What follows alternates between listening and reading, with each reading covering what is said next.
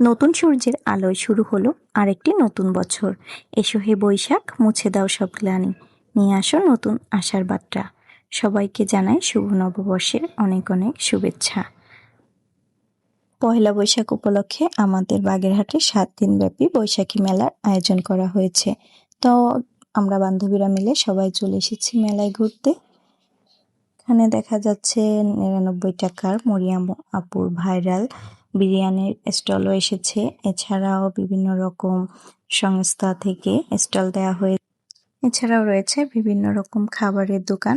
তো আমার মেয়ে এদিকে আখের রস খেলো, এরপর আমরা চুই ঝাল দেওয়া সেই মজাদার ঝালমুড়ি খেলাম। ঝালমুড়িটা অনেক বেশি মজা ছিল। তারপর প্রচুর পরিমাণ গরম ছিল, আমরা সবাই একটু পানি খেয়ে নিলাম। পানি বলা যায়, এতে চিনি হয় না, একটু লেবু শরবত আর কি। এরপরে এখানে ছিল বিভিন্ন রকম মাটির তৈরি জিনিসপত্র, এগুলো দেখতে খুবই সুন্দর লাগছিল। এই মাটির তৈরি জিনিসগুলো দেখলে ছোটবেলার কথা মনে পড়ে যায়, ছোটবেলায় কত কিনেছি এগুলো। এরপর আমরা পাঁপড় খেলাম। এদিকে আরো রয়েছে বিভিন্ন রকম মাটির তৈরি জিনিসপত্র, দেখতে কি সুন্দর লাগছে তাই না? এখানে দা বটি থেকে শুরু করে সব হাঁড়ি পাতিল সবকিছুই রয়েছে। পিঠাপুলি আর ঐতিহ্যবাহী খাবারের ঘ্রাণে মিশে আছে বাংলার চিরচেনা স্বাদ। বৈশাখী মেলার কোলাহল, নাগরদোলার ঘূর্ণন, শিশুদের হাসিতে ভরে উঠেছে আনন্দের এই দিন। আলপনা আর মুখোশে ফুটে ওঠে আমাদের ঐতিহ্যের রঙিন দিন।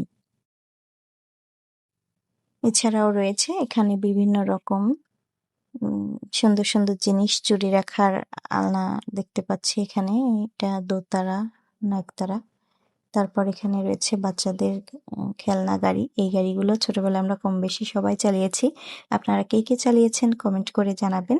এছাড়াও কাঠের তৈরি বিভিন্ন রকম তৈজসপত্র, ডাল ঘুটনি, বেলুন পিড়ি, দা বটি। মেলায় আসলে আপনারা সবকিছুই কিনতে পারবেন।